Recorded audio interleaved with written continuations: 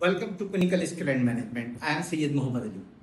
आज हम बात करेंगे इंटरनल प्रमोशन के बारे में, क्योंकि अपने करियर का को आगे की तरफ एक्सेल करना तमाम मेडिकल रिप्रेजेंटेटिव या तमाम उन लोगों का राइट है जो किसी भी ऑर्गेनाइजेशन में काम कर रहे हैं। लेकिन एक मिथ अमूमन लोगों के जहन में होती है कि हम किसी भी जॉब में रहते हुए किस तरह अपने आप को आगे के लिए पोर्ट्रे करें, किस तरीके से हम तैयार करें ताकि हम अगले स्टेप के लिए क्वालिफाई कर सकें। ये बहुत राइट और वैलिड क्वेश्चन है। आइए आज हम बात करेंगे मेडिकल रिप्रेजेंटेटिव को ऐसे कौन से स्टेप्स लेना चाहिए ताकि वो आगे as a area sales manager या रीजनल सेल्स मैनेजर अपनी टीम में प्रमोट हो सके। सबसे इम्पोर्टेंट और बेसिक नीड तो ये है कि जो आपका जॉब डिस्क्रिप्शन है आप उसको बहुत ऑनेस्टी के साथ लीड कर रहे हो अपनी टीम के अंदर। मिसाल के तौर के ऊपर मेडिकल रिप्रेजेंटेटिव का बेसिक टास्क होता है सेल्स और उसके स्पेसिफिक टारगेट होते हैं। तो आपको सबसे पहले कोशिश ये करनी है कि आपके तमाम टारगेट्स अचीव हो। क्वार्टर बेसिस पे, अगर क्वार्टर पे नहीं हुए तो half yearly, otherwise yearly basis के ऊपर आप अपने टारगेट 100% प्लस के ऊपर जो है वो क्लोज करें। अब 100% प्लस के ऊपर तो बहुत सारे कुलीग्स आ रहे होंगे, आपने कॉम्पीट करना है क्योंकि आप पहले आगे बढ़ना चाहते हैं।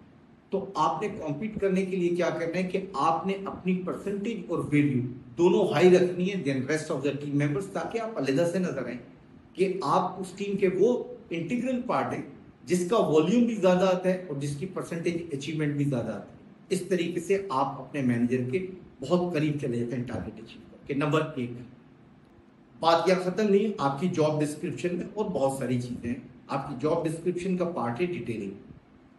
डिटेलिंग के अंदर आपने बहुत मेहनत करनी है ताकि एक इफेक्टिव डिटेलिंग, क्योंकि detailing is a communication and communication is the integral part of the manager and the medical representative and the sales person. इन तमाम ट्रेड्स के अंदर जो सबसे इंपॉर्टेंट चीज है दैट इज द कम्युनिकेशन। अगर आपकी कम्युनिकेशन बहुत अच्छी है तो आप एक अच्छे मेडिकल रैप हो सकते हैं, एक अच्छे सेल्समैन हो सकते हैं, एक अच्छे मैनेजर हो सकते हैं।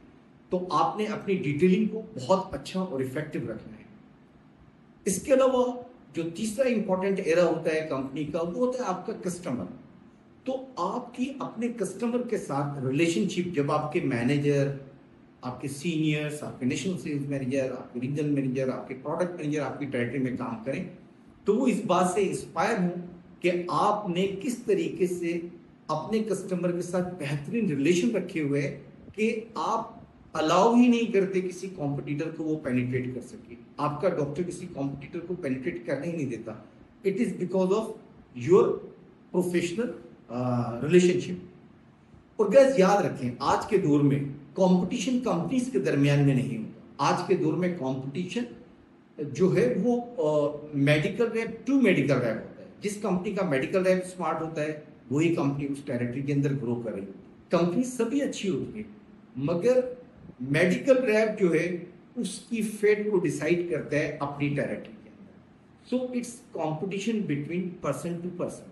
तो जब आपका मैनेजर देखता है कि आपके रिलेशनशिप अपने कस्टमर के साथ इतने स्ट्रॉन्ग है तो उसको बड़ा कॉन्फिडेंस मिलता है, वो आपकी इंटरपर्सनल स्किल्स के ऊपर कन्विंस होता है, इंटरनली आप प्रोफेशनली आपसे इंस्पायर होता है और आपकी रिपोर्ट जो है वो उसी तरीके से पॉजिटिव बनाता है। इसके अलावा आप अपनी टेरिटरी के अंदर अपनी मैनेजमेंट को ये इंश्योर करने के लिए कि आप स्ट्रैटेजिकली भी जो है अपनी चीज़ों के बारे में सोचते हैं, इसलिए कि आप एक लीडरशिप के रोल में आना चाहते हैं। आपको कुछ ऐसी चीज़ें करनी होंगी अपनी टीम में रहते हुए जिससे ये अंदाज़ा हो सके कि आप लीडरशिप के काबिल हैं या आपकी अप्रोच जो है वो एक लीडर की अप्रोच है। अच्छा गाइस, ऐसी कौन सी चीज़ें हैं? ऑफ कोर्स अगर आप देखेंगे तो नंबर वन, आपने अपनी टीम में रहते हुए अपनी तमाम टीममेट्स के साथ एक बेहतरीन रिलेशन मेंटेन करना है। एक ऐसे रिलेशन प्रोफेशनली जिसमें रेस्पेक्ट भी हो और जिसमें एक कंजेनियल एनवायरनमेंट भी हो। आपने अपनी टीम मेंबर्स को हेल्प आउट करना है उनके डिफरेंट जो है सिचुएशन के अंदर। वो सिचुएशन उनकी पर्सनल भी हो सकती है, वो उनकी प्रोफेशनल भी हो सकती है, ताकि वो इंस्पायर हो मेंटली आपकी तरफ, ताकि वो आपको एक बेहतरीन इंसान के तौर के ऊपर एक्सेप्ट करें कि आप एक पॉजिटिव सोच रखने वाले जो है टीम मेंबर हैं। ये बहुत बड़ी चीज़ है, क्योंकि लीडरशिप का बेसिक जो जो सबसे बड़ी लीडरशिप का कैरेक्टर होता है, दैट इज द ट्रस्ट। कि ट्रस्ट अगर टीम का अपने लीडर के ऊपर है तो वो टीम सक्सेसफुल है, और अगर टीम का अपने लीडर के ऊपर ट्रस्ट नहीं है तो वो एक फेलियर टीम है। सो सिमिलरली आपने लोगों का ट्रस्ट डेवलप करना है।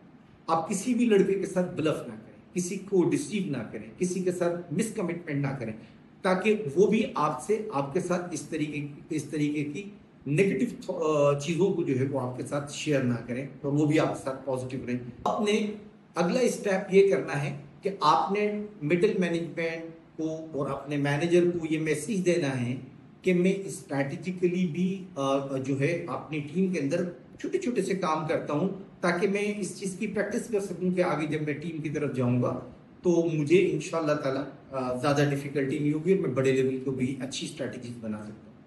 अब ये आपने रोल किस तरीके से जो है वो आपने अपने मैनेजर को कम्युनिकेट करना है। आपने अपनी टेरिटरी के अंदर छोटी छोटी जो आपकी सक्सेस आ रही है, मिसाल के तौर पर एक डॉक्टर था, वो आपसे इनवाइट हो गया था, कॉम्पिटिटर में चला गया था, आपने उसको रीस्नेच किया, that is your creativity, that is your strategy, that is your success. उसको शेयर करें, how did you made it possible. So आपका मैनेजर आपको अप्रिशिएट करेगा, and that strategy you share with your parallel colleagues, तो उनको भी help out करेगा और वो भी उससे बेनिफिट ले सकते हैं। एक ऐसा जो है एक ऐसी सिचुएशन जिसमें कॉम्पिटिटर ने आपकी टेरिटरी के ऊपर इन्वेट कर दिया और आपके बहुत सारे कस्टमर डिस्टर्ब करने का प्लान बनाया, आपने उसको किस तरीके से ओवरकम किया, इस तरीके की चीज़ों को शेयर करें।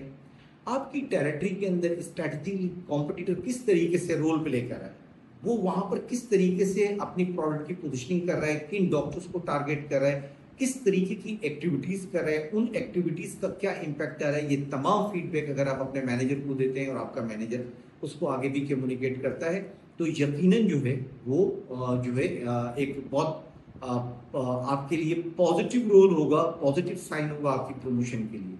और याद रखें, आपका मैनेजर जो है बहुत इंपॉर्टेंट है आपके लिए।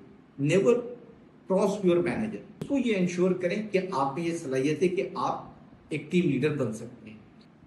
अगर आप इन तमाम चीज़ों को फॉलो करते हैं तो यकीनन आप आने वाले वक्त में वो कैंडिडेट होंगे जो कि प्रमोशन की लाइन में होंगे और आप अपनी प्रमोशन को हासिल करेंगे। गाइडलाइन को फॉलो करें ताकि आप भी अपने करियर में एक्सेल कर सकें। अगर आज की ये वीडियो आपको पसंद आई है और आप समझते हैं कि आपने इस वीडियो से कुछ सीखा है, तो यकीनन फिर हम आपसे कहेंगे कि आप हमारे चैनल को सब्सक्राइब करें और हमारी वीडियो को लाइक करें और बेल आइकन के बटन को ज़रूर जो है प्रेस कर दें, ताकि आने वाली तमाम वीडियोस आपके पास टाइम पर पहुंच सके। गाइस, मैं आपसे ज़रूर ये कहूँगा कि इस वीडियो के ऊपर अपने कमेंट ज़रूर दें। आपके जहन में जो भी कमेंट्स आते हैं वो ज़रूर शेयर करें, ताकि हम एक बेहतर वीडियो क्रिएट कर सकें आपके लिए, जो कि आपको हेल्प करे आगे लेके जाने के लिए। सो इजाज़त दीजिए, मिलते हैं अगली वीडियो में एक नए टॉपिक के साथ। Till that time, good bye.